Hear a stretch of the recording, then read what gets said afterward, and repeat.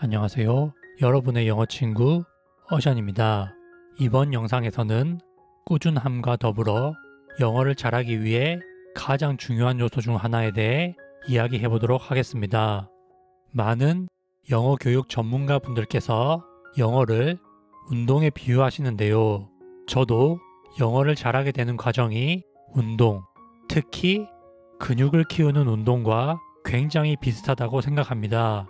운동을 처음 시작하시는 분들이 단기간에 멋진 몸매를 만들고 싶은 마음은 이해하지만 꾸준한 노력 없이 근육질 몸매를 만드는 것이 쉽지 않고 근육질 몸매를 만든 후에도 지속적으로 운동을 하지 않으면 만들어졌던 근육이 서서히 줄어드는 경험을 하게 됩니다.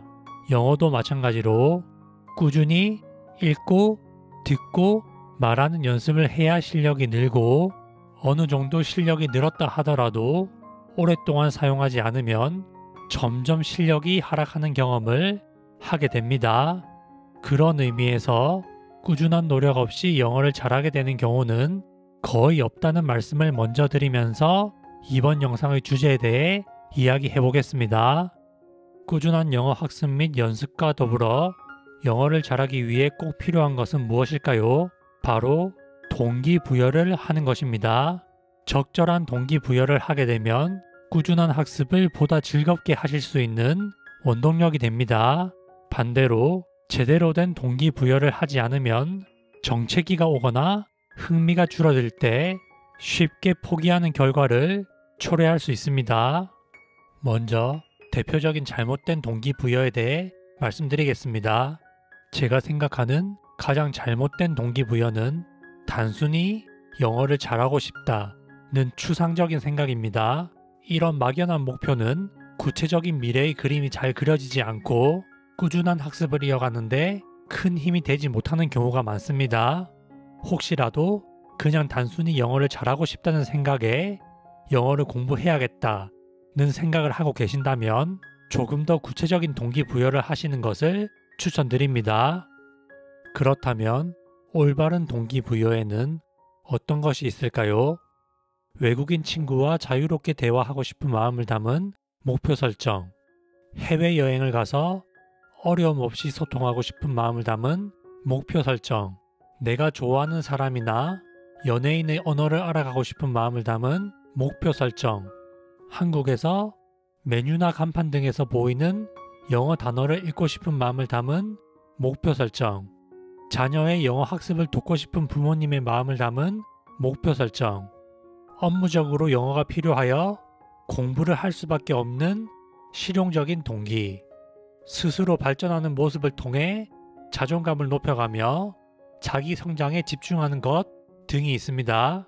이와 같은 올바른 동기부여를 하게 되면 지치지 않고 지속적으로 영어를 학습하는 원동력이 됩니다. 제가 생각하는 가장 강력한 동기부여는 사랑입니다. 내가 사랑하는 사람이나 연예인의 언어를 알아가고 그 언어로 소통하고 싶은 마음은 엄청난 힘을 가지고 있습니다.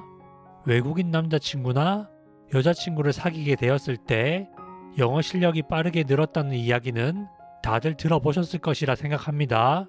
물론 영어를 강제적으로 써야 하는 환경이 만들어졌기 때문에 실력이 향상되는 측면도 있겠지만 이런 경우에는 서로 더 자세히 소통하고 이해하고 싶은 마음에 집중력도 엄청나게 상승됩니다. 구체적인 목표와 동기를 통해 조금 더 즐거운 마음으로 꾸준한 영어 학습을 이어가시는 것을 추천드립니다. 동기부여가 제대로 내 무의식에 영향을 주게 되면 억지로 영어 공부를 하는 것이 아니라 하지 말라고 해도 하고 싶어서 하게 되는 경험까지도 하실 수 있을 것입니다.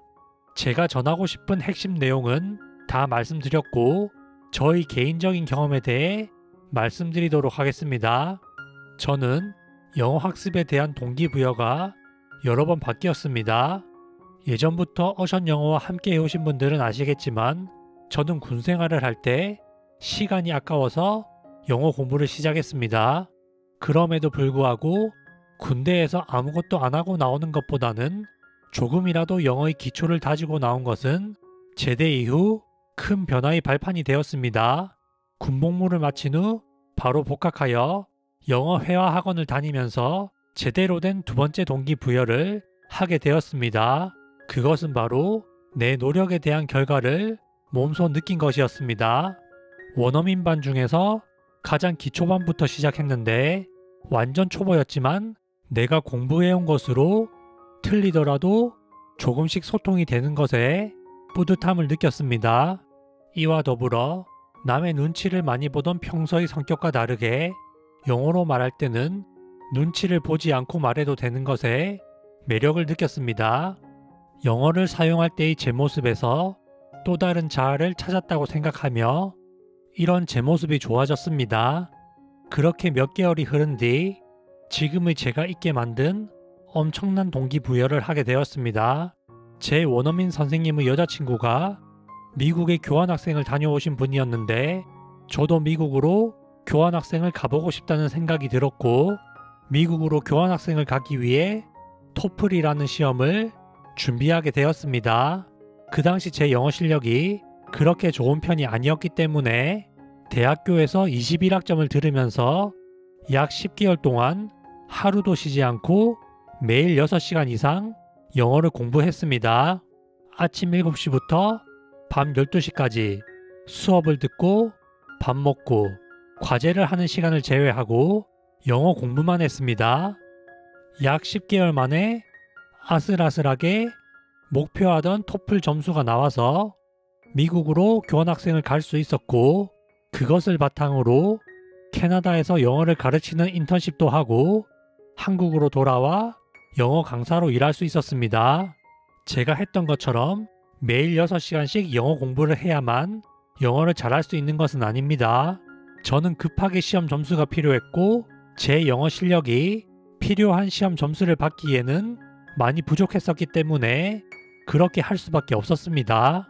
자신에게 맞는 동기를 부여하고 조금씩 발전하는 스스로의 모습을 사랑하는 마음으로 자존감을 높여가신다면 포기하지 않고 꾸준히 영어 학습을 이어나가실 수 있을 것으로 생각합니다. 여러분이 목표하신 바를 이루기를 바라는 마음을 전하며 이번 영상을 마무리하도록 하겠습니다. 시청해주셔서 고맙습니다.